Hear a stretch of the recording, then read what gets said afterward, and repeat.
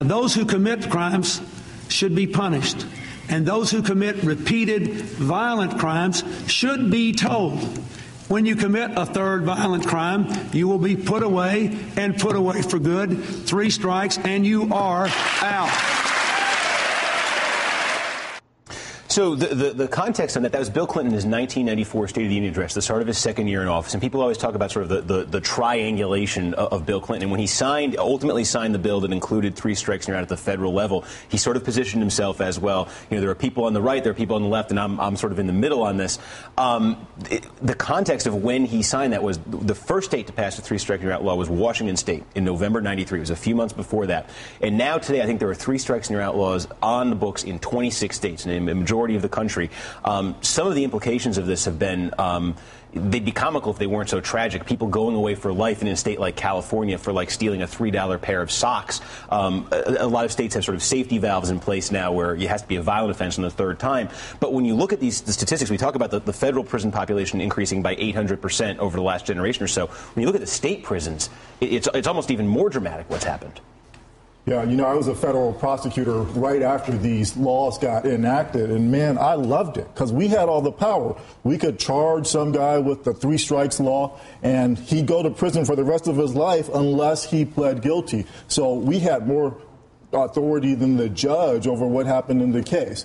The problem was it was part of this whole macho ethic of lock them up and throw away the key. We were concerned about public safety, but we didn't understand the effect of taking all these nonviolent, victimless guys. We were locking up guys for marijuana possession, for stealing TVs. If their 3rd strike, they go to prison. That didn't make the streets safer. It made them less safe because it made people have less respect for the criminal justice system. Is there a certain sense, though, when we look at the crime rate a generation ago and we look where it is today, and for instance, I think we have the stat here. You can look at the homicide rate historically. This goes back about 5 or 6 decades, and you can see that it spikes there in the 70s, 80s, 90s, and that's where a lot of this legislation came from. It has gone down. Congressman, what if somebody looked at it and said, well, yeah, we have a huge incarceration rate here right now, but we're a lot safer because we've locked up so many bad guys? What would the response be to that? Well, I think that there's no statistical evidence to suggest that locking up nonviolent drug offenders for 10, 20, 30 years or the 3 strikes you're outlaws in any way contributed to the dramatic decline in crime that we've confronted. The crack cocaine epidemic burned itself out in many ways, and that was a contributing factor. There was a strong economy in the 1990s. That was also a contributing factor. There was some smarter policing strategies that were put into place. But none of these have to do with the sort of tough-on-crime reactionary laws that were passed.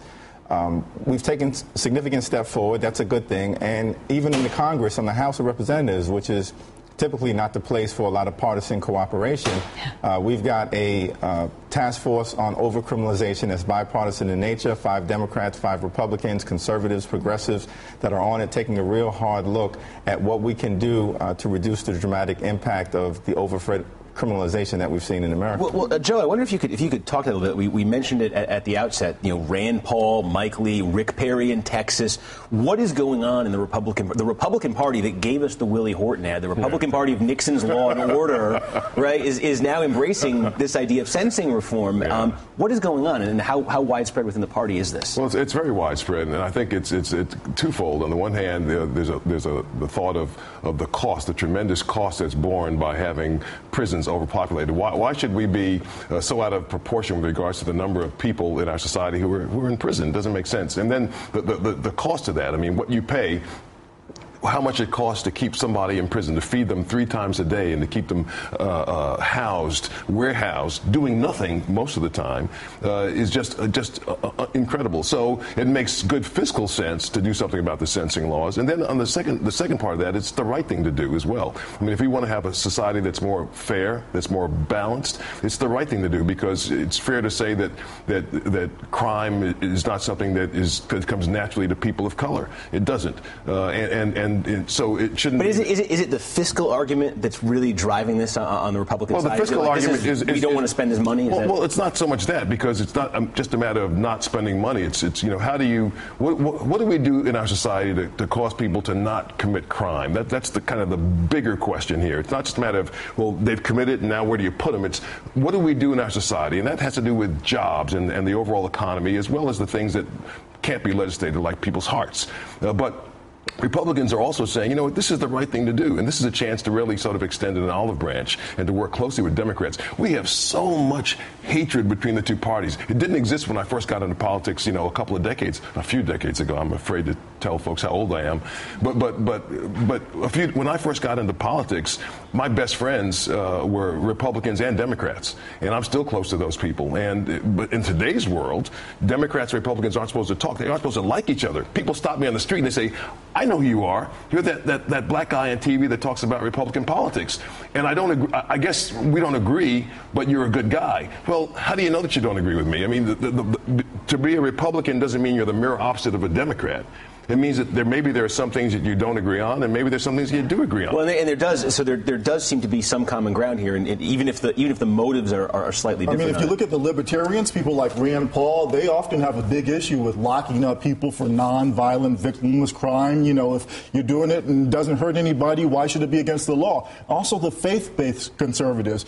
George W. Bush, during the State of the Union, he would always do some shout-out to people who were serving their time and re-entering society because he believed in redemption. So if we look at the faith-based folks, the fiscal conservatives, the libertarians, it's a big tent for this movement. But President Clinton said 3 violent crimes. How did that morph to petty crimes, putting people away for life? I'm not quite sure how that turn was made. But Democrats have changed on this issue as well. You had Ted Kennedy, Senator Biden, when he was on Capitol Hill, all in favor of this tough on crime stuff. And so Democrats have had to come off of that issue as well. And you look now at the states. Texas, of all states, is really leading the way. And what they're proving is that you can reduce the prison population and crime does not go up. And they're looking at drug abuse, not as drug criminalization. And they're having alternative sentencing. And Texas is now one of the most progressive states on this topic, which is kind of unusual. And Rick Perry is signing that into law. Maybe he'll run for president on that issue. Texas, he'll say Texas is one of the most progressive states. Make me the Republican nominee. I can hear now. I want to pick this up in a second and look closely at what Eric Holder announced this week, and practically speaking, what that's going to mean, and if there are other steps that need to be taken after that. We'll talk about that after this. Mm-hmm.